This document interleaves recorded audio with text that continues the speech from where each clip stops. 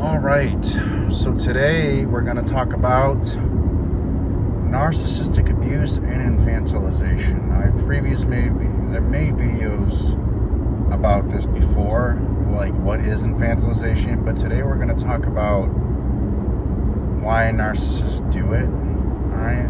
Why it's so damaging and why narcissists do it. All right, so narcissistic infantilization is, again, for the people that didn't see that video, it's essentially what I went through. And, you may very well have a narcissistic parent if they're doing this. There's a fine line between helicopter parenting and infantilization. We're going to get into the differences, right? So helicopter parenting is, you're aware of your kid, you're kind of overprotective of your kid, right? In a way that's, trying to be loving, trying to be kind. You're worried about their well-being. You're worried that, they are not old enough to do certain things, right? Like, that's helicopter parenting. Helicopter parenting is essentially you're a little bit overprotective, but you mean to do it in a loving way, all right? Infantilization, narcissistic abuse, infantilization is a form of abuse where no matter how old you get, no matter how old you are, how many years pass, how capable you show your narcissistic parent that you are, they never let you do anything. They'll never let you do anything. In fact, they will treat you you could be 15, you could be 20, you could be 25 years old, you could be 35 years old, okay? And let's say you're visiting your house. Let's say you're visiting their house or something at 35 years old. For the people that are still in contact with their narcissistic abuse, you could be 35 years old, and they'll treat you and talk to you. By the way, I've had this happen with other family members too. I'm not saying they're narcissist specific, but they will talk to you in a baby voice. I've had like a 5-year-old. I've had not just by my mom, but on multiple occasions with my aunt.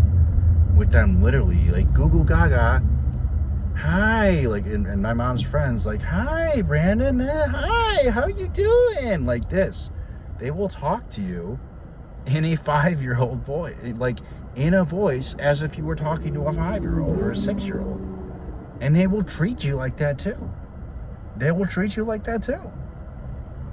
For example, the older I got, the more my mom tried to get me to act younger than my age. So, for example, when I was 7, 8, 9, 10 plus years old, and I'd be walking with my mom, my brother and sister, to the store or whatever, my mom would hold out her hand like, hey, do you want to hold my hand? Like motioning me, hold my hand across the street.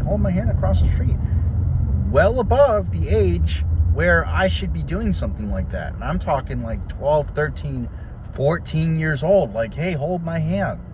We're all crossing the street. Hold my hand so you don't get hit by a car. This is just one example. Okay? Another example is not letting you do anything by yourself, no matter how old you get. So I didn't even know how to use the oven until I got my own apartment. I did not know how to use the oven till I got my own apartment, because my mom and my dad had never allowed me to work the oven by myself. Even at 15, 16, 17 years old, I was told that if I was to use the oven, I was going to burn the house down. And that was the excuse for everything. Oh, don't burn the house down. The only thing I was able to use was the stovetop. But, oh, don't burn the house down. You got to burn the house down. That was the only thing I was really allowed to use. I wasn't allowed to bake anything, do anything. My siblings were, but I was told that I was going to burn the house down. And again, that was the thing that they would always say whenever I'd cook something on the stovetop or put something in the microwave. Oh, you put that in the microwave for too long. No, you're supposed to put it in the microwave for 5 seconds. Did you read for 5 minutes? Excuse me. Did you read the package? I think you're putting that in the microwave too long. If it was in the microwave for more than a couple minutes. They're like, no, you're going to take that out of the microwave. You take that out of the microwave. You're going to burn your food. It's going to stink up the whole house. Take it out of the microwave, this and that. Or if I put something on the stove, no, you're going to burn it. Don't burn it. Or they come over there repeatedly. They come by me and make sure I was cooking my food right on the stove. Well past 15, 16, 17 years old, right? Now, mind you, we were conditioned to basically have our parents, we were conditioned to expect our parents to cook for us, right? Like, well, not conditioned. Well, we had them cook for us, right? Well past what a normal age should be, right? Until the point where they told us, okay, you gotta cook yourself, you gotta make it yourself. But when I would try to do that, when I try to make something on the stove, they'd freak out about it. They wouldn't want me to do it. The only thing that I could really eat was microwave food, because they would always freak out about me burning something. So that's just another example, right? Another example would be going around the block. Now, I remember so if anybody knows where I grew up in Lake Zurich. Lake Zurich is one of the safest cities in all of Illinois. You can look up Lake Zurich. Well, Lake Zurich is very safe, okay? Grew up in a very safe neighborhood, right? There was no but my parents all the time going out, even just around the block. And again, like, I wasn't allowed to go around the block by myself till like 12, 13 years old, 14 years old. Before that, I couldn't even go around the block. But my parents would be all the time. They'd be, stranger danger, stranger danger. Even though the real danger was inside the house with them, I was never allowed to go anywhere. I was stranger danger, stranger danger. That was the thing. And the older I get, the more I look back on it, and I was just like, that's kind of fucked up. That's crazy. And then the other thing was, I was almost never allowed to go with friends. I was never allowed to go with friends anywhere. I was not allowed to go to the city. I couldn't go to the city of Chicago. I couldn't go anywhere outside of Lake. They didn't want me going anywhere outside of Lake Zurich or outside of, Palatine. When I was going to Palatine to see my ex-girlfriend growing up, like, I wasn't allowed to go really anywhere outside of those two cities. They didn't want me going anywhere. All right. I remember a couple things. I remember applying for a job and because I was trying to work. They were going to pay a lot of money, and I was trying to. It was like to clean. It was putting like insulation or something in attics or something like that, and they were willing to pay a lot of money for it. And I was like, hey, I applied for this job, this and that. They're like, my dad was just begrudgingly, he's like, no, you're not going. You're not going out there. You're not driving all the way out there. I was like, why the fuck not? Like, anytime I tried to take ownership and responsibility for my life, it was a big fight. It was always a big fight about it. And this is why I tell you guys, I'm not bitching. When I make these videos, yes, I'm bitching, but I'm telling you how my life was. I'm telling you how it was growing up with my life. It's not that I didn't want to grow up. It's the fact that every time I tried to grow up and do something, it was met with arguments. It was met with, it was met with disgust. It was met with disapproval. It just, imagine arguing with your parents, right? And every single time you try to do something to show that you're responsible, or you try to grow up and you try to do what society wants you to do, there's always a big argument. There's always big disagreements. So that was the thing. So I was going to get this job, but unfortunately I didn't end up doing this job because I really didn't have a say-so. Right? I didn't have a say-so. I didn't have any money. I didn't have anywhere to go. Because, like, the thing is, like, when I tried to work, my parents would do things to sabotage me from going to work. For example, I'll go and get into that in a second, but, I tried to go to this job. They're like, no, you're not going. You're not going. I didn't end up getting the job anyway. I applied for it because they were looking, but I think I remember I didn't get the job anyway. But my dad was just like, you're not going. I don't want you going because it's too much wear and tear on the car. I'm like, wear and tear on the car? The whole reason I have a car is to drive to places. The whole reason I have a car is to drive to places. And, keep in mind, like, this was like my car. I was paying monthly for it. I was the one who was paying monthly for it. Okay, like, it was their idea. Like, I was willing to get a used car. I was just gonna pay for a used car in cash. I didn't have a car at the time. I was willing to pay for a used car in cash just to get to work. But again, like with narcissistic parents, there's always strings attached, right? So their devious plan that they had me do was they had me co-sign with them on a lease to get a Chevy Cruze, the car I'm driving now, and it was a brand new Chevy Cruze. Thinking they were doing this out of kindness of their hearts. Well, no, they weren't. They were doing it so they could control when, where, and how I used the car. Okay? So even though I was making the car payments by myself, my mom was still on the lease, so I couldn't just take it and drive off because she was co-signed on the lease.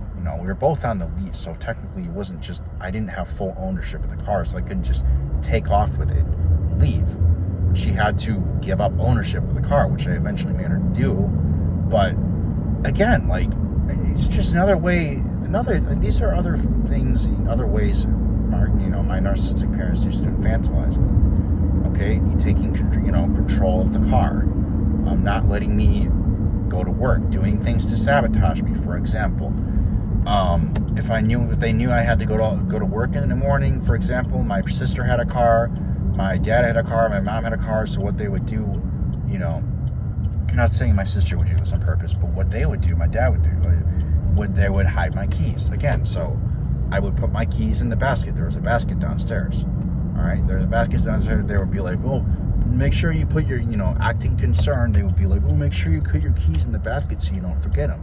All right, and I put my keys in the basket, and lo and behold, the next day they'd be missing. I'd be like, where are my keys? They're missing. And again, keep in mind, guys, that my things had been going missing since as early as I remember, since about 7 or 8 years old. My things had been going missing on the daily, by the way. This is the type of gaslighting that I went through. All right, and if you can't really paint a picture as to what this looks like, just look up the movie Gaslight. All right, look up the movie Gaslight, and you'll see. If you've seen that movie, it's an old movie, very old movie. Look up the movie Gaslight. It's in black and white. Watch that movie, and you'll get the kind of idea of what I went through.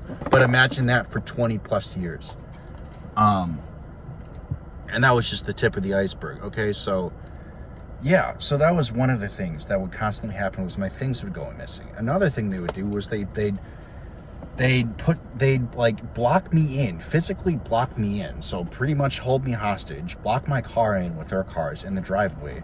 So I would either arrive late or I wouldn't be able to go, or my dad would just be, he'd be doing something else, or, like my mom would block me in. Either my dad would block me with his car, and my mom would block me with her car. And sometimes my dad would go with my mom in her car. They would go somewhere and they would pretend that they didn't know I had to work at a certain time and be at work there. So they'd be like, acting naive about it. Other thing they do, again, which was really, really damaging and fucked up to me, which they would sleep deprive me. My dad would go downstairs and he'd bang pots and pans in the kitchen, make a bunch of noise, go downstairs and work, because we had a workbench. He would work on these things on his workbench, just try to make as much noise as possible. There were a lot of times they'd go upstairs, they'd let because we had 2 dogs, so the dogs would be barking like they just no concern whatsoever for the fact that I had to work tomorrow. Okay. And what were the other things they do? There's various different ways they sabotage me. But going back to the way they babied me, so you can get at even 19 years old, there was a Walgreens 5 minutes down the road from where I lived. You could literally walk there. At 19 years old, I was literally, because I had no money at 19 years old. Like, I just graduated high school. At 19 years old, I wasn't even allowed to, they didn't even want me to walking to the Walgreens with my friend. I was about 18, 19 years old when I was finally allowed to walk to the store, to walk to the Walgreens, to go a little bit farther. And they made a big deal about that. But I was pretty much not allowed to I was not allowed to do certain things to friends. Like, for example, like my old friend Tony that I told you about, we're not friends anymore, but that's besides the point. Because I was 18 years old at the time, by the way, still in high school, okay, I graduated late, and I wanted to go on, because his dad had a boat, and they're going to take the boat out. I wanted to go on the boat, and she was like, no, you're not going on the boat. Why am I not going on the boat? She's like, no, because I saw a picture on Facebook of him, and it looked like he was driving fast. And again, that was just an excuse to not let me go on the boat. What other things did I tell you? Again, I could tell you, all throughout school, I was infantilized. Okay. I was treated like I was dumber than I really was. The school system basically, she basically threw me to the wolves. The school system, apparently, according to her word, the school system said I needed more help. But what was really happening was I was being abused by her at home, and I was not learning anything because I was being abused. I was being verbally abused. I was being psychologically abused. I was not being taught anything at home.